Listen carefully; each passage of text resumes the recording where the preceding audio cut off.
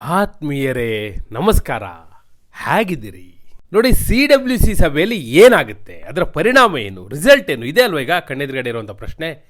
ಅದರಲ್ಲೂ ಕೂಡ ಯಾವಾಗ CWC ಸಭೆಗೆ, ಕಾಂಗ್ರೆಸ್ ವರ್ಕಿಂಗ್ ಕಮಿಟಿ ಮೀಟಿಂಗ್ಗೆ ಸಿದ್ದರಾಮಯ್ಯನವ್ರಿಗೆ ಕರೆ ಹೋಯಿತು, DK ಶಿವಕುಮಾರಿಗೆ ಹೋಗಲಿಲ್ಲ, ಸಿದ್ದರಾಮಯ್ಯನವ್ರಿಗೆ ಹೋಯ್ತಲ್ಲ, ಆಗಲೇ ತುಂಬ ಸ್ಪೆಕ್ಯುಲೇಷನ್ ಶುರು ಆಯಿತು.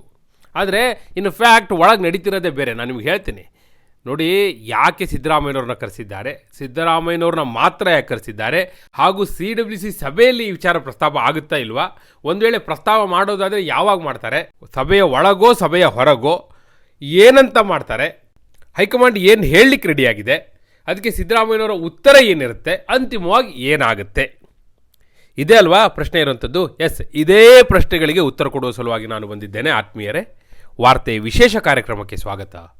ನಾನು ವೀರೇಂದ್ರ ಉಪ್ಪುಂದ.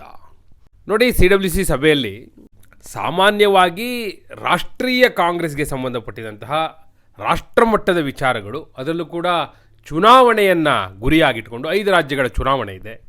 ಆ ಹಿನ್ನೆಲೆಯಲ್ಲಿ ಹಾಗೂ ಈ ಹಿಂದೆ ನಡೆದ ಚುನಾವಣೆಗಳಲ್ಲಿ ಯಾಕೆ ಸೋಲಾಯಿತು, ಎಲ್ಲಿ ತಿದ್ಕೋಬೇಕಾಗಿದೆ, ಸಂಘಟನಾತ್ಮಕವಾಗಿ ಯಾವ ರೀತಿ ಪಕ್ಷ ಮುಂದುವರಿಯಬೇಕಿದೆ, ಅಂದರೆ ಇವೆಲ್ಲವೂ ಕೂಡ ಕೋರ್ ಇಶ್ಯೂಸ್, ಅಂಥ ಇಶ್ಯೂಗಳನ್ನ ಅಡ್ರೆಸ್ ಮಾಡ್ತಾರೆ ಸಾಮಾನ್ಯವಾಗಿ. ಹೀಗಿರುವಾಗ ಯಾಕೆ ಸಿದ್ದರಾಮಯ್ಯನವ್ರಿಗೆ ಮಾತ್ರ ಹಾಗಾದರೆ ಕರೆದ್ರು? ಪ್ರಶ್ನೆ ಸರಿ ಇದೆ, ತಪ್ಪಲ್ಲ. ನೋಡಿ,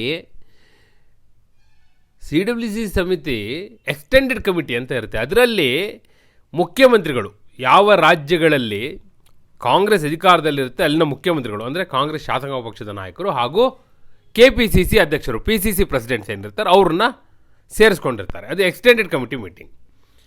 ಈಗ DK ಶಿವಕುಮಾರ್ ಅವರು ಹೋಗ್ಬಿಟ್ಟಿದ್ರೆ ಇಲ್ಲಿ ಪ್ರಶ್ನೆಗಳು ಇರ್ತಾನೆ ಇರಲಿಲ್ಲ. ಅರೆ, ಇದು ಎಕ್ಸ್ಟೆಂಡೆಡ್ ಕಮಿಟಿ ಮೀಟಿಂಗ್ ಅಂತಲೇ ಆಗ್ತಿತ್ತು. ಆದರೆ ಹಾಗಾಗಿಲ್ಲ. ಸಿದ್ದರಾಮಯ್ಯನವ್ರಿಗೆ ಕರೆದಿದ್ದಾರೆ, ಆದರೆ DK ಶಿವಕುಮಾರ್ ಅವ್ರಿಗೆ ಕರೆದಿಲ್ಲ. ಬಟ್ ಏನಾಗಿದೆ ಗೊತ್ತಾ, ಸಿದ್ದರಾಮಯ್ಯನವ್ರಿಗೆ ಮಾತ್ರ ಕರೆದಿಲ್ಲ, ಹಿಮಾಚಲ ಪ್ರದೇಶದ ಮುಖ್ಯಮಂತ್ರಿಗಳಿಗೂ ಹಾಗೂ ತೆಲಂಗಾಣದ ಮುಖ್ಯಮಂತ್ರಿಗಳಿಗೂ ಕರೆದಿದ್ದಾರೆ. ಅಲ್ಲಿಗೆ ಎಲ್ಲೆಲ್ಲಿ ಕಾಂಗ್ರೆಸ್ ಅಧಿಕಾರದಲ್ಲಿ ಇದೆಯೋ ಅಲ್ಲಿಯ ಮುಖ್ಯಮಂತ್ರಿಗಳನ್ನ ಕರೆದಾಗಾಯಿತು, ಹೌದಾ?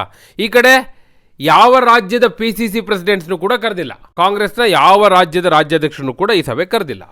ಸೊ ಅಲ್ಲಿಗೆ ಕ್ಲಿಯರ್ ಆಯಿತು. ಹಾಗಂತೇಳಿ ಹಾಗಾದರೆ ಈ ವಿಷಯ ಪ್ರಸ್ತಾಪ ಆಗೋದೇ ಇಲ್ವಾ? ಕರ್ನಾಟಕ ರಾಜ್ಯದ ಅಧಿಕಾರ ಹಸ್ತಾಂತರದ ವಿಚಾರ ಪ್ರಸ್ತಾವ ಮಾಡೋದೇ ಇಲ್ವಾ ಹಾಗಾದರೆ ಹೈಕಮಾಂಡ್ ನಾಯಕರು ಸಿದ್ದರಾಮಯ್ಯನವ್ರ ಹತ್ರ? ನೋಡಿ, ಖಂಡಿತ ಆಗುತ್ತೆ. ಸಭೆಯ ಒಳಗಲ್ಲ, CWC ಸಭೆಯ ಒಳಗೆ ಇದನ್ನು ಮಾಡೋದಿಲ್ಲ, ಆ ವಿಚಾರ ಚರ್ಚೆ ಮಾಡೋದಿಲ್ಲ. ಸಭೆಯ ಮಧ್ಯೆ ಹೊರಗೆ ಅಥವಾ ಸಭೆಯ ನಂತರ ಹೊರಗೆ ಸಿದ್ದರಾಮಯ್ಯನವ್ರ ಜೊತೆ ವೈಯಕ್ತಿಕವಾಗಿ ಹೈಕಮಾಂಡ್ ನಾಯಕರು ಈ ವಿಚಾರವನ್ನು ಮಾತಾಡ್ತಾರೆ, ಎಲ್ಲರ ಎದುರಿಗಲ್ಲ. ಹಾಗಾದರೆ ಏನಂತ ಮಾತಾಡ್ತಾರೆ ನೋಡಿ? ಸಹಜವಾಗಿ DK ಶಿವಕುಮಾರ್ ಅವರ ಒತ್ತಡ ಏನಿದೆ ಅದರ ಪ್ರಸ್ತಾಪ ಆಗುತ್ತೆ. ಏನು DK ಶಿವಕುಮಾರ್ ಅವರ ಒತ್ತಡ ಏನು? ಅವ್ರಿಗೆ ಮುಖ್ಯಮಂತ್ರಿ ಕುರ್ಚಿ ಬೇಕು ಅನ್ನೋದನ್ನು ಹಿಂಗೆ ಹೇಳೋಕ್ಕಾಗಲ್ಲ. ಸೊ DK ಶಿವಕುಮಾರ್ ಹಂಗೆ ಕೇಳೋಕ್ಕೂ ಆಗಲ್ಲ. ಸೊ DK ಶಿವಕುಮಾರ್ ಅವರು ಈ ಹಿಂದೆ ಹೈಕಮಾಂಡ್ ಬಳಿ ಪ್ರಸ್ತಾವ ಮಾಡಿದಾಗ ಸ್ವತಃ ಮಲ್ಲಿಕಾರ್ಜುನ್ ಖರ್ಗೆ ಅವ್ರು ಏನು ಹೇಳಿದ್ರು ಅಂದರೆ, ಹೋಗಪ್ಪ ನೀವು ಒಂದು ಸತಿ ಹೋಗಿ ಮಾತಾಡು, ಸಿದ್ದರಾಮಯ್ಯನವ್ರ ಹತ್ರ ಮಾತಾಡು, ಅವರ ಬೆಂಬಲಿಗರ ಜೊತೆ ಮಾತಾಡು, ಸತೀಶ್ ಜೊತೆ ಮಾತಾಡು, ರಾಜಣ್ಣ ಜೊತೆ ಮಾತಾಡು, ಎಲ್ಲರ ಜೊತೆ ಮಾತಾಡು, MB ಪಾಟೀಲ್ರ ಜೊತೆ ಮಾತಾಡು, HC ಮಹದೇವಪ್ಪನವ್ರ ಜೊತೆ ಮಾತಾಡು, KJ ಜಾರ್ಜ್ ಜೊತೆ ಮಾತಾಡು, ಅವರೆಲ್ಲರ ಅಭಿಪ್ರಾಯ ತಗೋ, ಅವರೆಲ್ಲರನ್ನ ಮನವೊಲಿಸುವಂಥ ಪ್ರಯತ್ನ ಮಾಡು. ನೀವು ಪ್ರಯತ್ನನೇ ಮಾಡಲಿಲ್ಲ ಅಂದರೆ ಏನೋ ಹೈಕಮಾಂಡ್ ಹೇರ್ತು ಅನ್ನುವಂಥ ಮೆಸೇಜ್ ಹೋಗಬಾರ್ದಲ್ಲ. ಹೀಗಾಗಿ ಆ ಪ್ರಯತ್ನ ನೀನು ಮಾಡು ಅಂದಿದ್ರು. ಅದೇ ಕಾರಣಕ್ಕಾಗಿ ಖರ್ಗೆ ಅವರು ಇದು ರಾಜ್ಯ ನಾಯಕರೇ ತೀರ್ಮಾನ ಮಾಡ್ಕೊಳ್ಳಿ ಅಂತ ಹೇಳಿದ್ದು. ಹಾಗಂತಲೇ ರಾಜ್ಯ ನಾಯಕರು ತೀರ್ಮಾನ ಮಾಡ್ಕೊಳ್ಳಿ ಅಂದರೆ ಅವರವರೇ ನಾನು 3 ತಿಂಗಳು ನೀನು 6 ತಿಂಗಳು ಹೀಗೆಲ್ಲ ತೀರ್ಮಾನ ಮಾಡ್ಕೊಳಕ್ಕಾಗತ್ತಾ? No, high command is high command. ಅಂತಿಮವಾಗಿ ನಿರ್ಧಾರ ತೆಗೆದುಕೊಳ್ಳೋದು ಹೈಕಮಾಂಡೇ. ಆದರೆ ಇವ್ರ ಕಡೆಯಿಂದ ಒಂದು ಪ್ರಯತ್ನ ಆಗಿದೆ ಅನ್ನೋ ಮೆಸೇಜ್ನ ಕನ್ವೆ ಮಾಡಬೇಕಾಗಿತ್ತು, ಅದನ್ನು ಮಾಡಿದ್ರು.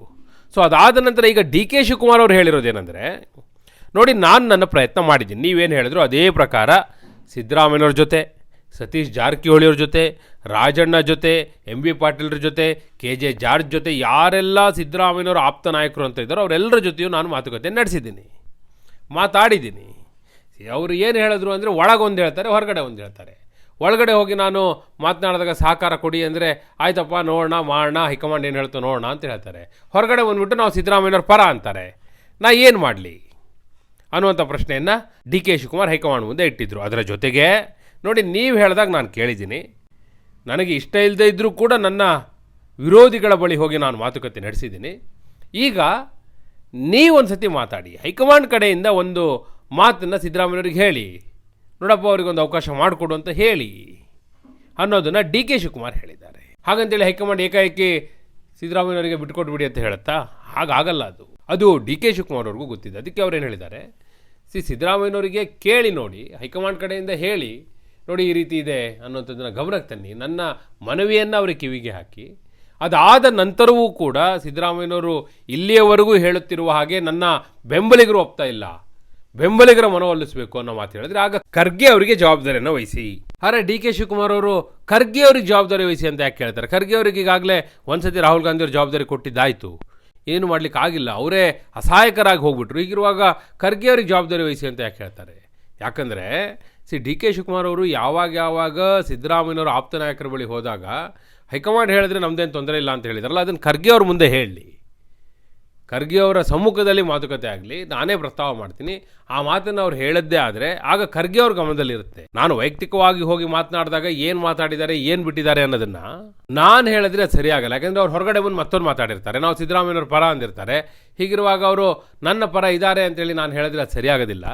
ಹೀಗಾಗಿ ಖರ್ಗೆ ಅವರ ಮಧ್ಯಸ್ಥಿಕೆಯಲ್ಲಿ ನಡೀಲಿ ಅನ್ನುವಂಥ ಪ್ರಸ್ತಾಪ ಇಟ್ಟಿದ್ದಾರೆ. ಸೊ ಹೈಕಮಾಂಡ್ ನಾಯಕರು ಅದನ್ನು ಹೇಳ್ಬೋದು ಸಿದ್ದರಾಮಯ್ಯನವರಿಗೆ. ಆದರೆ ಸಿದ್ದರಾಮಯ್ಯನವರು ಒಂದು ಹೆಜ್ಜೆ ಇಡುವಂಥ ಸಾಧ್ಯತೆ ಇದೆ. ಏನಂದರೆ ಅದೇನೇ ಇದ್ದರೂ ಕೂಡ ರಾಹುಲ್ ಗಾಂಧಿಯವರೇ ತೀರ್ಮಾನ ಮಾಡಲಿ, ರಾಹುಲ್ ಗಾಂಧಿಯವ್ರ ನೇತೃತ್ವದಲ್ಲೇ ನಿರ್ಧಾರ ಆಗಲಿ, ರಾಹುಲ್ ಗಾಂಧಿಯವರ ಅಂತಿಮ ತೀರ್ಮಾನವನ್ನು ನಾವು ಒಪ್ತೀನಿ ಅಂತ ಹೇಳುವಂಥ ಸಾಧ್ಯತೆ ಇದೆ. ಯಾಕಂದರೆ ಸಿದ್ದರಾಮಯ್ಯನವ್ರಿಗೆ ಚೆನ್ನಾಗಿ ಗೊತ್ತಿದೆ ರಾಹುಲ್ ಗಾಂಧಿ ತನ್ನ ಪರವಾಗಿದ್ದಾರೆ ಅಂತ. ಸಿದ್ದರಾಮಯ್ಯನವರಿಗೆ 100ಕ್ಕೆ 100 ಆತ್ಮವಿಶ್ವಾಸ ಇದೆ. ಅದೇ ಕಾರಣಕ್ಕಾಗಿ ಅವರು ಮೊನ್ನೆ ಕೂಡ ಹೇಳಿದ್ದು ರಾಹುಲ್ ತೀರ್ಮಾನ ಮಾಡಲಿ ಅಂತೇಳಿ. ಸೊ CWC ಸಭೆಯಲ್ಲೂ ಕೂಡ ಅಂದರೆ ಅದಾದ ನಂತರ ವೈಯಕ್ತಿಕ ಮಾತುಗಳಲ್ಲಿ ವಿಚಾರ ಪ್ರಸ್ತಾಪ ಆದರೆ ರಾಹುಲ್ ಅಂತಿಮ ತೀರ್ಮಾನ ಅಂತಲೇ ಸಿದ್ದರಾಮಯ್ಯನವರು ಪ್ರಸ್ತಾವ ಮಾಡುವಂಥ ಸಾಧ್ಯತೆಗಳು ನಿಚ್ಚಳವಾಗಿದೆ. ಇದು CWC ಸಭೆಯ ನಡುವೆ ನಡೆಯಬಹುದಾದಂತಹ ತೆರೆ ಹಿಂದೆ ಬಿಹೈಂಡ್ ದಿ ಸ್ಕ್ರೀನ್ ಏನಾಗಬಹುದು ಅನ್ನುವ ಮಾಹಿತಿ. ಹೈಕಮಾಂಡ್ ಏಕಾಏಕಿ ಸಿದ್ದರಾಮಯ್ಯನವ್ರನ್ನ ಕೆಳಗಿಳಿಸಲ್ಲ, ಅವ್ರನ್ನ ಕೆಳಗಿಳಿಸದೆ ಡಿ ಕೆ ಶಿವಕುಮಾರನ್ನ CM ಮಾಡೋಕ್ಕಾಗಲ್ಲ. ಹೀಗಾಗಿ ಇದು ಮತ್ತಷ್ಟು ಸಮಯ ತಳ್ಕೊಂಡು ಹೋಗುತ್ತೆ, ಅದರಲ್ಲಿ ಯಾವುದೇ ಡೌಟ್ ಇಲ್ಲ. ಅದು ಎಲ್ಲಿಯವರೆಗೆ ಅನ್ನೋದು ಈಗ ಹೈಕಮಾಂಡ್ ಯಾವ ಪ್ರೋಸೆಸ್ಗೆ ಒತ್ತು ಕೊಡುತ್ತೆ, ಖರ್ಗೆಯವರ ಮಧ್ಯಸ್ಥಿಕೆಯೋ ರಾಹುಲ್ ಮಧ್ಯಸ್ಥಿಕೆಯೋ ಅನ್ನೋದ್ರ ಮೇಲೆ ತೀರ್ಮಾನ ಆಗುತ್ತೆ. ಸೊ ಈಗ ಬಜೆಟ್ ಮಂಡನೆ ಮಾಡಿದ್ರು ಸಿದ್ದರಾಮಯ್ಯನವರು ಅಂದರೆ ಅರ್ಧ ಗೆದ್ದ ಹಾಗೆ. ನೆಕ್ಸ್ಟ್ ಜೂನ್ವರೆಗೂ ತಳ್ಳಿಬಿಟ್ರೆ ಪೂರ್ತಿ ಗೆದ್ದ ಹಾಗೆ. ಆನಂತರ ಏನು ಬೇಕಾದರೂ ಆಗ್ಬೋದು. ಆ ದೃಷ್ಟಿಯಿಂದ ನೋಡೋದಾದರೆ ಸದ್ಯಕ್ಕಂತೂ ಸಮಯ, ಸಂದರ್ಭ, ಸನ್ನಿವೇಶ ಸಿದ್ದರಾಮಯ್ಯನವರ ಪರವಾಗಿ ಮೇಲ್ನೋಟಕ್ಕಿದೆ. ಒಳಗೇನಾಗುತ್ತೆ, ನಂತರ ಏನಾಗುತ್ತೆ, we have to wait and see. ನಿಮ್ಮ ಪ್ರಕಾರ ಏನಾಗ್ಬೋದು? ಏಕಾಏಕಿ ಸಿದ್ದರಾಮಯ್ಯನವ್ರನ್ನ ಪಟ್ಟದಿಂದ ಕೆಳಗಿಳಿಸ್ಬಿಡ್ತಾರೆ ಅಂತ ಭಾವಿಸ್ತೀರಾ, ಅಥವಾ ಹೆಂಗೋ ಸಿದ್ದರಾಮಯ್ಯವ್ರು ಹೀಗೆ ತಳ್ಕೊಂಡು ಹೋಗ್ತಾರೆ ಅಂತೀರಾ? ಡಿ ಕೆ ಶಿವಕುಮಾರ್ ಇಷ್ಟೆಲ್ಲ ಗೇಮ್ ಮಾಡಿ DCM ಪಟ್ಟವನ್ನು ಹಾಗೂ KPCC ಅಧ್ಯಕ್ಷ ಪಟ್ಟವನ್ನು ಉಳಿಸ್ಕೊಳ್ಬಹುದು ಅಂತ ಭಾವಿಸ್ತೀರಾ? ಏನಾಗಬಹುದು? ನಿಮ್ಮ ಅಭಿಪ್ರಾಯವನ್ನು ಕಮೆಂಟ್ ಮೂಲಕ ತಿಳಿಸಿ. ಹಾಗೆ ನೀವಿನ್ನೂ ವಾರ್ತೆ ಚಾನಲ್ನ ಸಬ್ಸ್ಕ್ರೈಬ್ ಮಾಡಿಲ್ಲ ಅಂದರೆ ಈಗಲೇ ಸಬ್ಸ್ಕ್ರೈಬ್ ಮಾಡಿ. ಧನ್ಯವಾದ.